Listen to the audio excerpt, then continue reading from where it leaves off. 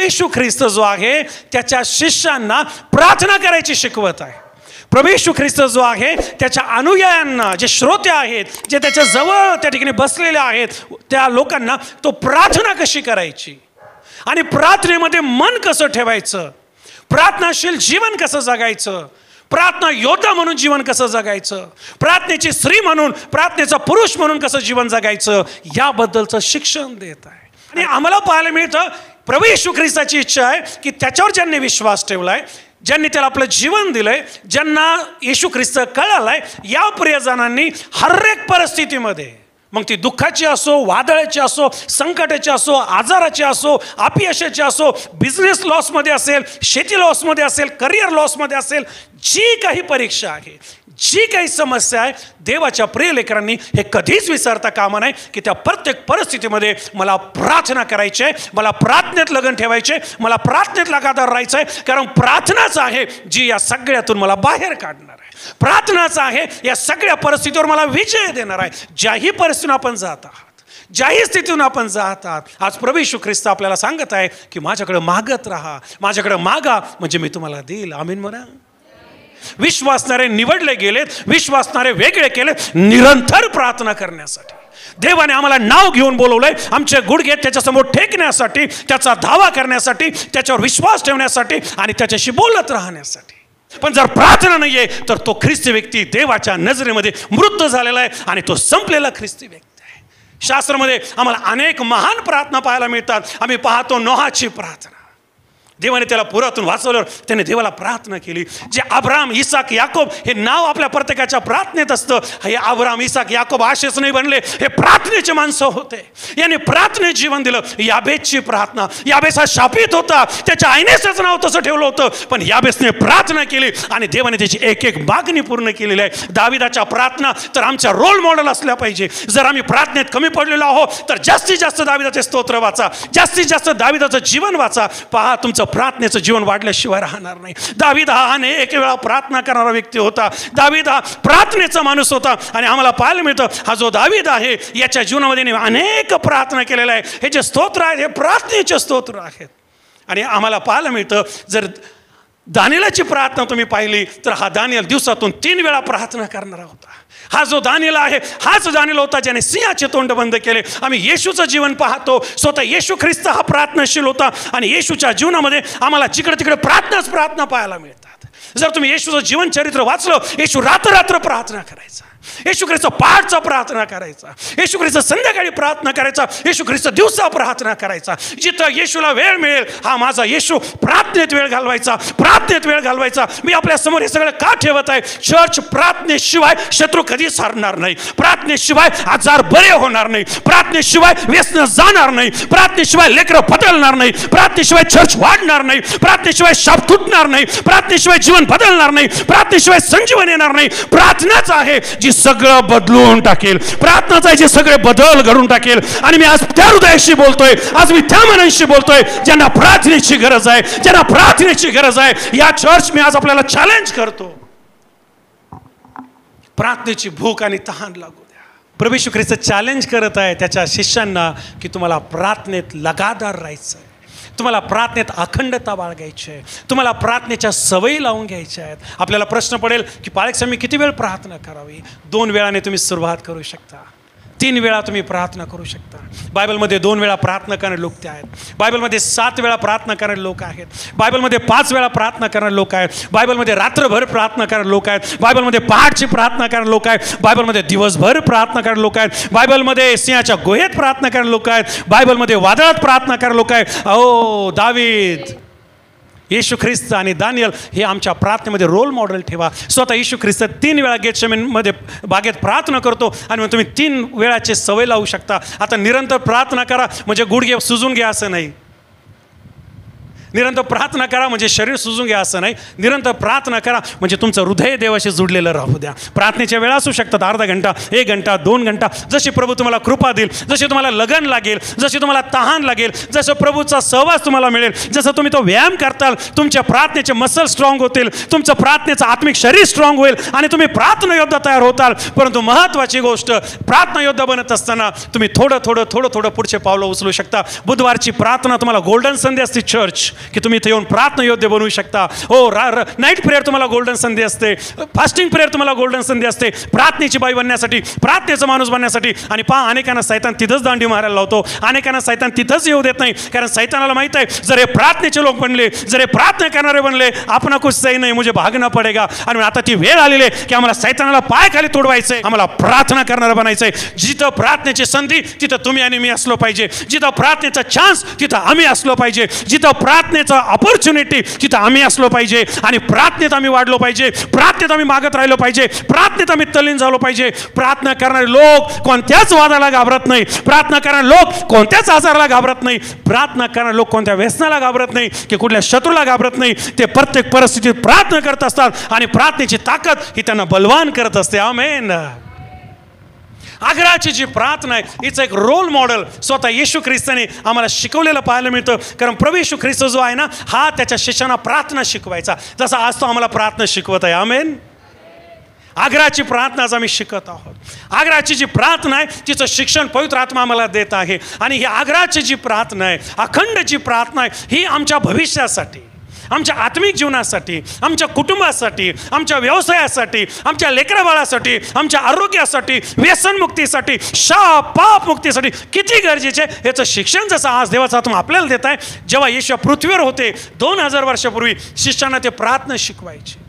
आम्हाला पाहायला मिळतं की शिष्यांना त्यांनी सांगितलं की तुम्ही अशा प्रकारची प्रार्थना करा. आणि ही जी होती याला प्रभूची प्रार्थना म्हणतो. हे आमच्या स्वर्गातील बापा, तुझे नाव पवित्र मानले जाऊ. ही येशूने शिकवलेली प्रार्थना आहे. आणि आम्हाला येशूने शिकवलेल्या अनेक प्रार्थना पाहायला मिळतील. आम्ही पाहतो की त्याने त्याच्या शिष्यांना म्हटलं, तुम्ही आपल्या शत्रूंसाठी प्रार्थना करा, जे तुमचा छळ करतात त्यांच्यासाठी प्रार्थना करा. ही गोष्ट जी आहे आम्हाला मत्तई 5 आणि वचन 44 मध्ये पाहायला मिळते. मी तर तुम्हाला सांगतो, आपल्या शत्रूसाठी काय करा, प्रार्थना करा. आम्ही पाहतो प्रभूची प्रार्थना शिकवली, स्वर्गाच्या राज्याची प्रार्थना शिकवली, ऋण सोडण्याची प्रार्थना शिकवली, रोजच्या भाकरीची प्रार्थना शिकवली, शत्रूंसाठी प्रार्थना शिकवली. इतकंच नाही, आम्ही परीक्षेत पडू नये म्हणून लूका शुभवर्तमान 22 अध्याय आणि 40 वचन, आम्ही परीक्षेत पडू नये म्हणून आम्हाला प्रार्थना करायला शिकवली. इतकंच नाही, आम्हाला पाहायला मिळतं त्याने त्या ठिकाणी त्या शिष्यानं म्हटलं की हा डोंगर ढळून जाईल, हा समुद्रामध्ये जाईल जर तुम्ही विश्वास ठेवताल, जर तुम्ही प्रार्थना करताल. त्याने म्हटलं, हे अंजिराचं झाड जसं जळून गेलं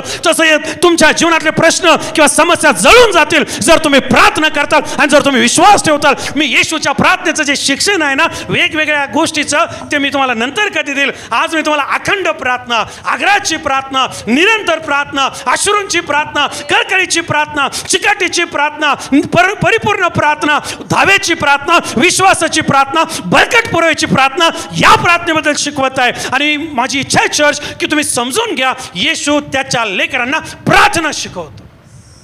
मला प्रार्थना नाही येत पाळक साहेब, प्रिय बहिणी, प्रिय भावा, येशू तुला शिकवेल, आत्मा तुला चालवेल. तू फक्त त्याच्या सानिध्यात ये ना. तू ठरून एक येशील की म्हणजे 10 मिनिटं बसतं, 10 घंटे तुला तो सोडणार नाही जर तुला तुझं मन त्याच्याशी जोडलं गेलं तर.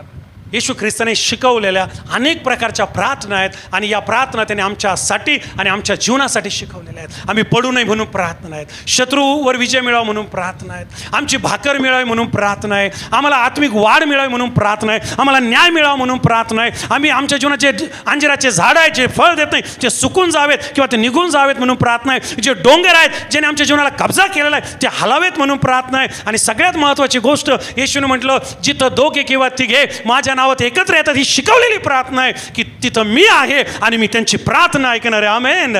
कम ऑन, आमेन चर्च. आणि म्हणून येशूने शिकवलेल्या ज्या प्रार्थना आहे ना, याच्या सगळ्यात महत्त्वाची प्रार्थना लूका शुभवर्तमान याचा 18 अध्याय आणि वचन 1 आणि 2 पासून आम्ही पाहतो. आणि ही आहे आग्रहाची प्रार्थना, ही आहे चिकाटीची प्रार्थना आणि ही आहे निरंतर प्रार्थना. आणि आम्ही पाहतो या प्रार्थनेला विधवेची प्रार्थना देखील म्हणतात. या प्रार्थनेला आम्हाला पाहायला मिळतं एका गरीब स्त्रीची प्रार्थना देखील म्हणतात. लुकाचं शुभवर्तमान त्यांनी सर्वदा, लक्षपूर्वक ऐका, त्यांनी सर्वदा प्रार्थना करावी व खचू नये आणि खचू नये. ह्याविषयी त्याने त्यांना एक दाखला सांगितला. त्यांना एक दाखला सांगितला. चर्च, माझी इच्छा आहे तुम्ही ऐकावं.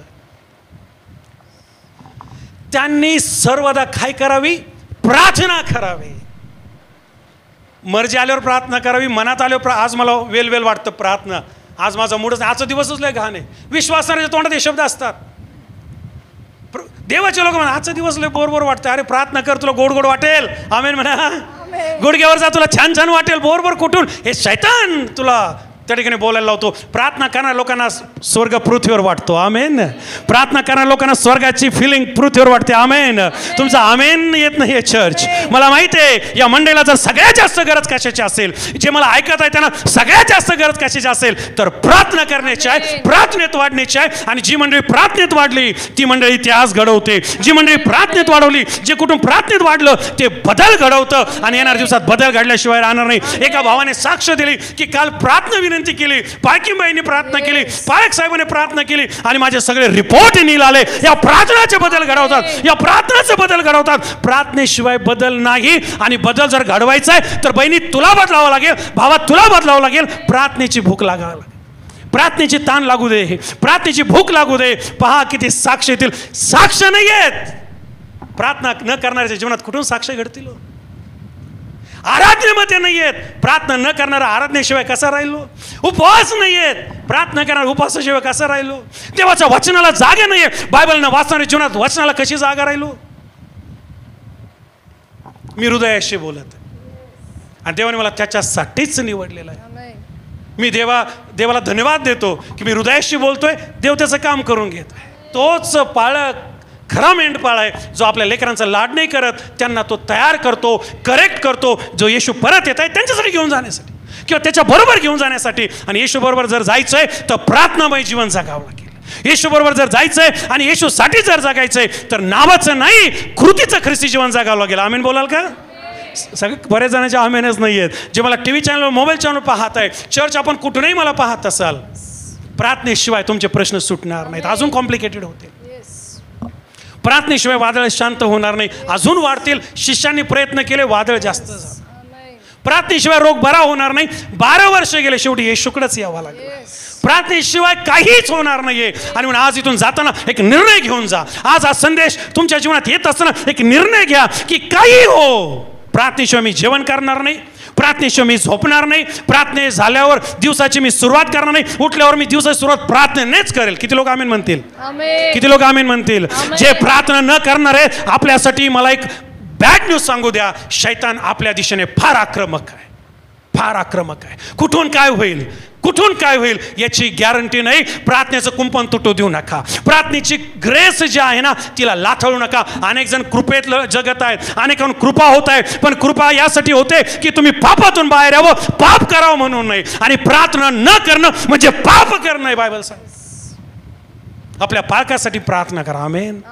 आपल्या देशासाठी प्रार्थना करा. आमेन. आपल्या मंडळीसाठी, आपल्या शेजाऱ्यासाठी, आपल्या प्रियजनासाठी प्रार्थना करा. मी आज आपल्याला उत्तेजन देतो. देवाचा दास या नात्याने येशू ख्रिस्ताने ही प्रार्थना शिकवली आणि प्रार्थना शिकवली अशासाठी की तुम्हाला नेहमी त्या ठिकाणी आवेश राहावा, तुमचं मन लागून राहावं, तुम्हाला त्यात इंटरेस्ट राहावा, म्हणून हा दाखला दिला. आणि हा दाखला विधवेचा दाखला.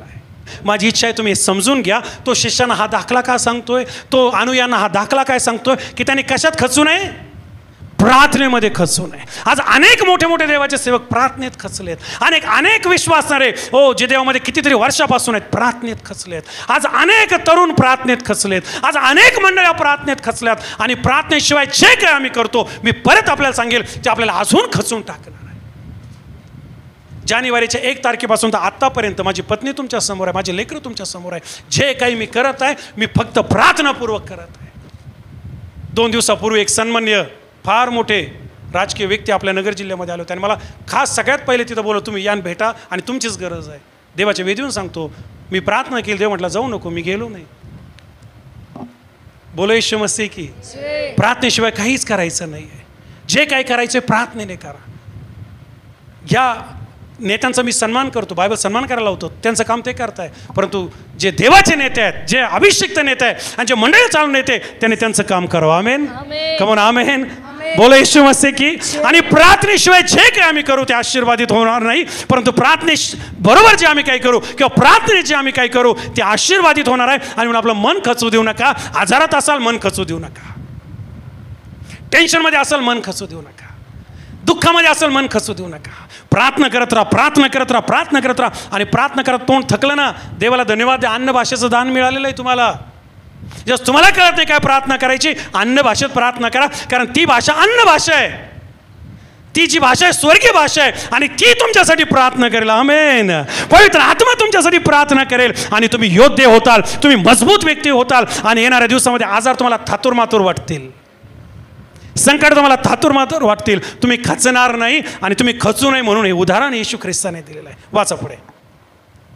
एका नगरात कोणी एक न्यायाधीश होता. तो देवाला भीत नसे, माणसाला जुमानीत नसे. आणि त्याच नगरात एक विधवा होती. ती त्याच्याकडे वारंवार येऊन म्हणत असे की माझी दाद घ्या, माझा न्याय करा, माझं प्रकरण मिटवा व माझ्या प्रतिवाद्य विरुद्ध न्याय करा. मला काय करा? न्याय करा, माझा न्याय करा. बरं चर्च, आता आपण या पॅराबल मध्ये जात आहोत. आणि हा जो पॅराबल आहे, ही जी कथा आहे, ही जी स्टोरी आहे, ही काय येशूने शिकवली? आम्ही निरंतर प्रार्थना करावी. तेजलकरचं पुस्तक 5 अध्याय 17 जर तुम्ही वाचलं, शास्त्र सांगतं निरंतर प्रार्थना करा. लूका सुवर्तमान 22 अध्याय 40 वचन जर वाचलं, प्रभू येशू म्हणतो तुम्ही परीक्षेत पडू नये म्हणून प्रार्थना करा. आणि येशू ख्रिस्त शिष्यानं हा दाखला देऊन सांगत आहे. त्याने अनेक गोष्टी प्रार्थनेत शिकवल्या, पण हा पर्टिक्युलर दाखला त्या लोकांसाठी जे प्रार्थनेत विझलेत, ज्यांना प्रार्थना करवत नाही, जे प्रार्थनेत हार मानली, ज्यांनी प्रार्थना करणं बंद केलं, त्या लोकांनी ही स्टोरी बारकाईने ऐकावी. कोण एक विधवा आहे आणि ही जी विधवा आहे, हिचा जो वाद आहे तो अशा व्यक्तीकडे गेलाय किंवा अशा न्यायाधीशाकडे गेलाय. बायबल सांगतो तो अन्यायी आहे. आता अन्याय न्यायाधीशाकडे गेल्यावर न्याय मिळणार का हो? जो कधी खरंच बोलत नाही त्याच्याकडून खऱ्याची अपेक्षा बाळगायची का? ज्याने कधी चांगलंच केलं नाही त्याच्याकडून चांगल्याची अपेक्षा बाळगायची का? अशा व्यक्तीकडं हिचा जो वाद आहे तो गेलेला आहे. आणि प्रभू येशू ख्रिस्त ही खास स्टोरी त्याच्या शिष्यांना शिकवत आहे, मंडळीला शिकवत आहे, सेवकांना शिकवत आहे, ताकी आम्ही प्रार्थनेत लगातार राहावं, प्रार्थनेत वाढावं आणि प्रार्थनेचा अभिषेक आहे तो टिकून ठेवावा. शास्त्र आम्हाला सांगतं की ही जी विधवा आहे, ही विधवा या न्यायाधीशाकडं वारंवार जात होते. आता विधवा हा न्यायाधीश यांच्याकडे जाण्या अगोदर मला महत्त्वाची गोष्ट आपल्याला शास्त्रामधून सांगू द्या. शास्त्रामध्ये स्वतः येशू ख्रिस्ताने अनेकदा विधवेंचा उल्लेख केला आहे. या ज्या विधवा आहेत, या 80पेक्षा जास्त वेळा बायबलमध्ये यांचा उल्लेख आम्हाला पाहायला मिळतो. आणि येशूच्या सेवेमध्ये देखील आम्हाला विशेष विधवांचा उल्लेख पाहायला मिळतो. आणि ही जी नित्य आग्रहाची प्रार्थना आहे, ही जी कळकळीची प्रार्थना आहे, ही जी चिकाटीची प्रार्थना आहे, यामध्ये देखील आम्हाला विधवा पाहायला मिळते. वाचा. तेव्हा एक गरीब विधवा आली आणि तिने 2 टोल्या म्हणजे एक दमडी जी आहे ती अर्पणामध्ये टाकली. हे येशूने दिलेलं उदाहरण किंवा येशूने सांगितलेली गोष्ट आहे. आणि आम्हाला पाहायला मिळतं की येशू ख्रिस्ताने या विधवेचा उल्लेख केला नाही. या ठिकाणी जेव्हा येशू ख्रिस्त होता, शास्त्र आम्हाला सांगतं की विधवा आहे, तिचा मुलगा मरण पावलेला आहे आणि ती रडत आहे. शास्त्रामध्ये लिहिलं येशू ख्रिस्त तिथं गेला. लूका सुवर्तमान 7 अध्याय 12 वचनापासून पुढे वाचा. तो गावाच्या वेशीजवळ आला असता येऊन पोहोचला तेव्हा पहा कोणी एका मृत्यू माणसाला बाहेर नेत होते. तो आपल्या आईचा एकुलता एक मुलगा होता असून ती विधवा होती. पहा बायबल काय सांगतं, ती विधवा होती. आपण एका विधवेकडे चाललोय. या विधवेला आपल्याला अन्याय न्यायाधीशाकडे जाऊन काय केलं हे पाहायचंय. त्या अगोदर येशूने अजून काही विधवा ज्या आहेत त्याबद्दल सांगितलंय. आज आपल्या मंडळीत पण विधवा आहेत, मला ऑनलाईन पण विधवा ऐकत असतील, TV चॅनलवर विधवा ऐकत असेल. विधवांनो, मी आपल्याशी बोलत आहे. माझा देव विधवांचा खूप सन्मान करतो. माझा प्रभू येशू विधवांवर खूप प्रेम करतो. त्याच्या नजरेत तुम्ही आहात, त्याच्या हृदयात तुम्ही आहात, त्याच्या जवळ तुम्ही आहात. आणि विधवांना तो कधीच सोडत नाही, विधवांकडे तो कधीच दुर्लक्ष करत नाही. शास्त्र सांगतं विधवेच्या 2 टोल्या त्याने पाहिल्या. शास्त्र सांगतं नाही नीटली विधवा त्याने पाहिली. त्या विधवेच्या जवळ तो गेला. वाचा पुढे.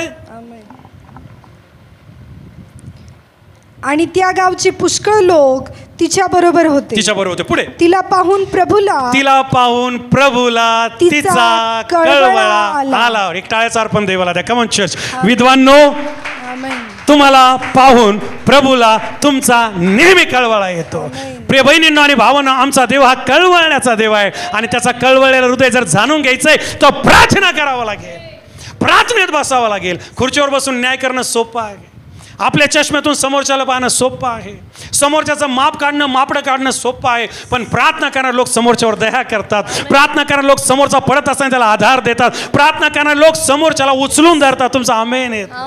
आपल्या प्रत्येकासाठी देवाच्या मोठ्या योजना आहेत, आपल्या प्रत्येकासाठी देवाच्या मोठ्या योजना आहेत. फक्त एकच गोष्ट आज करा, कधी लागली नाही ती भूक आज प्रार्थनेची लागू द्या, कधी लागली नाही ती तहान आज प्रार्थनेची लागू द्या, कधी लागली नाही ती लगन आज प्रार्थनेची लागू द्या. चमत्काराच्या मागे लागू नका, भविष्यवाण्याच्या मागे लागू नका, मुलींच्या मागे लागू नका, मुलांच्या मागे लागू नका, पैशाच्या मागे लागू नका, जगाच्या मागे लागू नका, मोबाईलच्या मागे लागू नका. जर खरंच तुम्हाला कोणाच्या मागे लागायचंय, जो तुम्हाला घेऊन जायला परत येणार आहे आणि ज्याच्या बरोबर तुम्हाला जायचंय त्याच्या मागे लागा, तुमचं जीवन बदलून जाईल. तुमच्या तोडीचं कोणीच नसणार आहे. You are going to be so prosperous, so blessed and so anointed. प्रार्थनेचा माणूस बनावं लागेल. आमेन.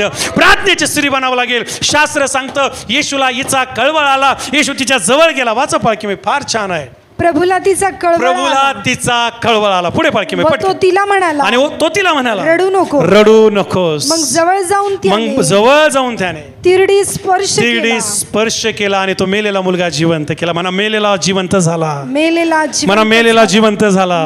आज माझी प्रार्थना आहे, जे आत्मिक मेलेले मुलं असतील, आत्मिक मेलेल्या मुली असतील, ओ येशूच्या नावात प्रभूचा स्पर्श त्यांना हो, त्या तिरडेला स्पर्श हो, त्या आत्मिक जीवनाला स्पर्श हो, ते नव्यानं सुरू करो, ते अभिषेकात भरो, ते प्रार्थनेत भरो, ते आत्म्यात भरो, ते अग्नीने भरो. ओ सिंहाच्या गोळ्यात प्रार्थना करो, अग्नीच्या भट्टीत प्रार्थना करो, ओ दुष्काळात प्रार्थना करो, गल्ल्याच्या समोर प्रार्थना करो, माशाच्या पोटात प्रार्थना, दुष्काळामध्ये प्रार्थना, जिकडे कुठे जातील प्रार्थना प्रार्थना प्रार्थना. आणि प्रार्थना सगळं बदलून राहील. मोठे मोठे साक्ष येत आहे, मोठे मोठे चमत्कार येत आहे, जीवन बदलणार आहे, संजीवन येणार आहे. त्यासाठी गुडघे टेकावं लागणार आहे आणि आग्रहाची कळकळीची प्रार्थना करावं लागणार आहे. म्हणा मी, बोला मी निरंतर प्रार्थना, म्हणा मी निरंतर प्रार्थना कर, निरंतर प्रार्थना कर. शास्त्रामध्ये लिहिलं, प्रेषणच्या पुस्तकात जर तुम्ही आले तर या ठिकाणी तिबिता नावाची एक स्त्री आहे, हिला दुर्कस पण म्हटलं, आणि ही इतकी चांगली, ही नित्य प्रार्थना करणार. लक्षपूर्वक ऐका. आणि शास्त्र आम्हाला सांगते ही आजारी पडली आणि मरण पावली. चला प्रेषणच्या पुस्तकात येऊया. प्रेषित 9:36 मध्ये जायचं.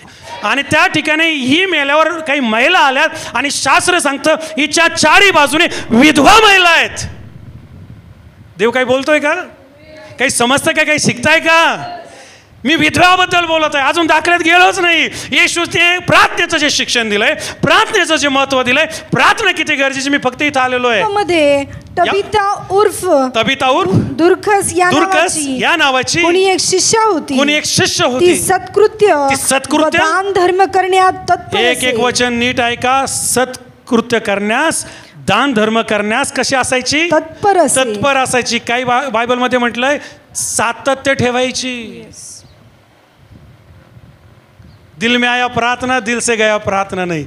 हे जीवन ख्रिस्ती जीवन नाही. हे जीवन जे आहे मेलेल्या माशाप्रमाणे पाण्यावर तरंगताय, समुद्रात जातच नाही, चाललंय जिकडे प्रवाह घेऊन जाईन तिकडं. परंतु जे जिवंत मासे आहेत, पाणी एका दिशेने ते एका दिशेने. आमीन बोला. जर मिठाचा खारटपणा गेला असेल ते तुडवायचंय, ते पायाखाली जाणार आहे आणि ते मीठ काहीच कामाचं नाही. तुम्ही कोणीही असा, ज्या मिठाला चव आहे त्याचा उपयोग होणार आहे. आमीन बोलाल का? आणि प्रार्थना करणारेच चव देणार आहेत, प्रार्थना करणारेच चवदार आहेत, आणि प्रार्थना करणारेच मीठ आहेत. आमीन बोला. बोला येशू मसीह की.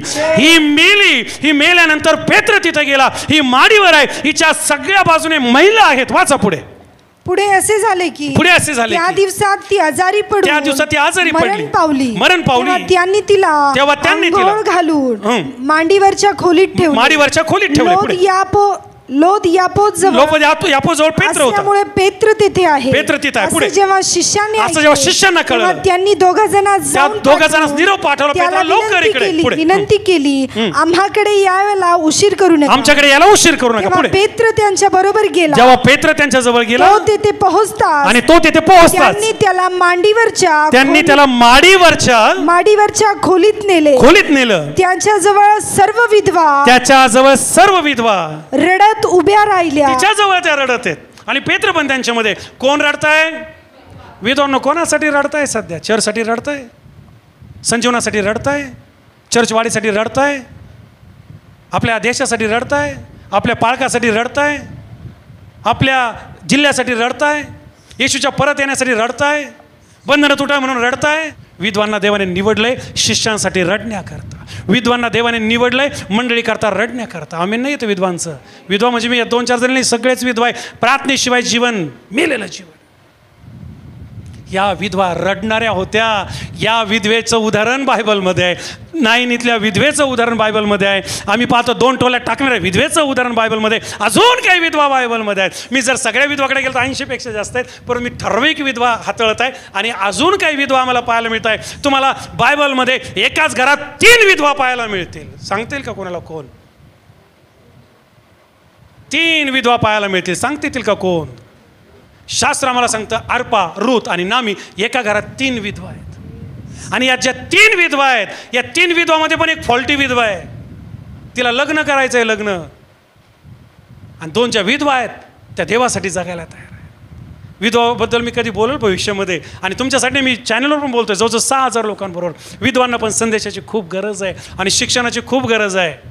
मी मागे स्त्रियांबद्दल जेव्हा बोललो, पौल म्हणतो काही स्त्रियांनी गप राहावं, त्याच्यामध्ये काही गडबडी होती म्हणून तो गप राहावं म्हटलं. तसंच विधवांमध्ये पण बऱ्याच गडबडी असतात. विधवा खास निवडल्या गेल्यात देवाच्या सेवेला देण्यासाठी, प्रार्थना करण्यासाठी, प्रभूची वाट पाहण्यासाठी. आमेन म्हणाल का? आमेन म्हणाल का? शास्त्रामध्ये लिहिलं हन्ना नावाची एक विधवा आहे. चला जाऊया आपण लूका वर्तमान 2 अध्याय 37 वचन. आणि ही जी हन्ना आहे 84 वर्षाची विधवा आहे आणि रात्रंदिवस प्रार्थना करत आहे, उपवास करत आहे, प्रभूची वाट पाहत आहे. पटकन वाचा. लूक 2:37. आता ती 84 वर्षाची झाली, विधवा असून काय शब्द आलाय? सगळेजण बोला. विधवा असून मंदिर सोडून न जाता उपवास व प्रार्थना करून रात्रंदिवस. बायबल सांगते रात्रंदिवस म्हणजे ती रात्री प्रार्थना करत होती, दिवसाही प्रार्थना करते. पुढे सेवा करत असे. बोलो येशू मसीह की. शास्त्र सांगतं ही विधवा रात्रंदिवस प्रार्थना करत आहे. शास्त्र सांगतं तिबित्याच्या भोवती विधवा प्रार्थना करत आहे. शास्त्र सांगतं ही जी अत्याग्रही विधवा आहे हिचं येशू उदाहरण देत आहे. आम्ही निरंतर प्रार्थना करावी म्हणून आम्ही रूथकडे पाहतो प्रार्थना करणारी, आम्ही नामीकडे पाहतो प्रार्थना करणारी. पण एक जी विधवा आहे ती प्रभूला धरू नये, वचनाला धरू नये, आत्म्याला धरू नये, प्रार्थनेला धरू नये. आणि तिच्याच वंशातून आम्ही येशू ख्रिस्त आलेला पाहायला मिळतो. आमेन. Hallelujah, hallelujah. सारपत येथील विधवा दुष्काळामध्ये आहे. एलिया म्हणतो तुझ्या घरातलं पीठ संपणार नाही, तुझ्या घरातलं तेल संपणार नाही, कारण तू प्रार्थना करणारे, तू सेवकाचा सन्मान करणारे. आणि शास्त्र सांगतं 3.5 वर्ष तिचं पीठ आणि तेल हे संपलेलं नाही. टाळ्याचं अर्पण देवाला द्या. माझ्या बहिणींनो, येशू ख्रिस्त विधवाचं उदाहरण देत आहे. येशू ख्रिस्त प्रार्थनेचं शिक्षण देत आहे. येशू ख्रिस्त प्रार्थना करायला लावत आहे. आणि या विधवा प्रार्थना करणाऱ्या विधवा होत्या. दुसऱ्या राज्याचं पुस्तक जर तुम्ही वाचलं त्या ठिकाणी 4था अध्याय, अलीशाकडे एक विधवा आलेली आहे आणि तरुण विधवा आहे आणि हिचा नवरा सेवक आहे आणि तो कर्जामध्ये मेलेला आहे. आणि ती अलीशाला येऊन एक प्रार्थना करते, हाय हाय स्वामी मला वाचवा, माझ्या मुलांना विकून टाकणार आहेत. विधवा ज्या आहेत त्या सेवकाकडे येणार आहेत. विधवा ज्या आहेत त्या मंदिरात येणार आहेत. विधवा ज्या आहेत त्या रात्रंदिवस प्रार्थना करणार आहेत. विधवा ज्या आहेत त्या मेल्यानंतर परत जिवंत होणाऱ्या आहेत. विधवा ज्या आहेत त्या अशक्य गोष्टींना शक्य करणाऱ्या आहेत. आमेन. आणि चर्च मला आपल्याला सांगू द्या की या ठिकाणी या 2 विधवा ज्या आहेत राजाच्या पुस्तकामध्ये, अलीशाच्या जीवनात, एलियाच्या जीवनात या प्रार्थना करणार आहेत. येशू ख्रिस्ताच्या सेवेमध्ये विधवा पाहतो. आम्ही प्रेषणच्या पुस्तकामध्ये विधवा पाहतो. पौलाच्या सेवेमध्ये विधवा पाहतो. आम्ही जुन्या करात विधवा पाहतो, नवीन करात विधवा पाहतो. आणि या सगळ्या विधवापैकी एक महत्त्वाची विधवा जिचं उदाहरण येशू ख्रिस्त देते लूकाचं शुभवर्तमान 18 अध्याय वचन 1 मध्ये की ही विधवा अन्यायी जो न्यायाधीश आहे त्याच्याकडे जात आहे आणि त्याला जाऊन म्हणत आहे माझं काय करा, न्याय करा. कमॉन बोला येशू मसीह की. शास्त्र सांगतं प्रार्थना अखंड करा, निरंतर करा, प्रार्थनेत वाढत राहा. चर्च मला बंद करताना देवाच्या वचनातून आपल्याला उत्तेजन देऊ द्या. मागा म्हणजे मिळेल, शोधा म्हणजे सापडेल आणि ठोका म्हणजे उघडला जाईल. ही त्रिसूत्री प्रार्थना जर आम्हाला करायची तर यासाठी आम्हाला दावीद, दानियल आणि येशू ख्रिस्त सुंदर उदाहरणं आहेत. हे प्रार्थनेचे योद्धे होते. आणि जेव्हा आम्ही यांचं जीवनचरित्र वाचतो आम्हाला प्रार्थना करण्यास मदत होते. निराशेतून, दुःखातून, अडचणीतून जात असताना प्रार्थना कधीच बाजूला ठेवू नका. प्रार्थना कधीच थांबू नका. प्रार्थना करत राहा. आणि शास्त्रामध्ये आम्हाला अनेक प्रार्थना योद्धे पाहायला मिळतात आणि त्यांच्या प्रार्थनेने काहीच्या काही होऊन गेलं. त्यानंतर आम्हाला पाहायला मिळतं स्वतः प्रभू येशू ख्रिस्त प्रार्थना करत असताना आम्ही थकू नये, खंड पडू नये, आम्ही थांबू नये म्हणून एक उदाहरण देतो. आणि ही जी विधवा आहे हिला अत्याग्रही विधवा म्हटलं, हिला जी विधवा आहे आम्ही पाहतो की ही चिकाटीची विधवा आहे. म्हणा चिकाटीची विधवा, म्हणा हार न मानणारी विधवा, जोरात बोला हार न मानणारी विधवा, म्हणा संघर्ष करणारी विधवा, बोला संघर्ष करणारी विधवा, भांडणं करणारी नाही प्रार्थना करणारी, म्हणा प्रार्थना करणारी विधवा. आणि प्रार्थना करणारी विधवा जर बनायचं तर चार्जरची गरज लागणार आहे. या आज इथून जात असताना स्वतःला चार्ज करा, प्रार्थनेत वाढवा, देवाच्या वचनात वेळ घालवा. जर विशेष विधवा बनायचं प्रार्थना करा, जर विशेष शिष्य बनायचं प्रार्थना करा, जर विशेष सेवक बनायचं प्रार्थना करा. जीवन बदलणारे संदेश, आपल्याला आशा देणारे संदेश आणि आपल्याला देवाच्या जवळ नेणारे संदेश ऐकण्यासाठी आमचं जे यूट्यूब चॅनल आहे पास्टर दीपक थोरात या नावाने या चॅनलला सबस्क्राईब करा, लाईक करा, इतरांपर्यंत शेअर करा. याद्वारे आपल्या जीवनामध्ये मोठ्या गोष्टी झाल्याशिवाय राहणार नाही. God bless.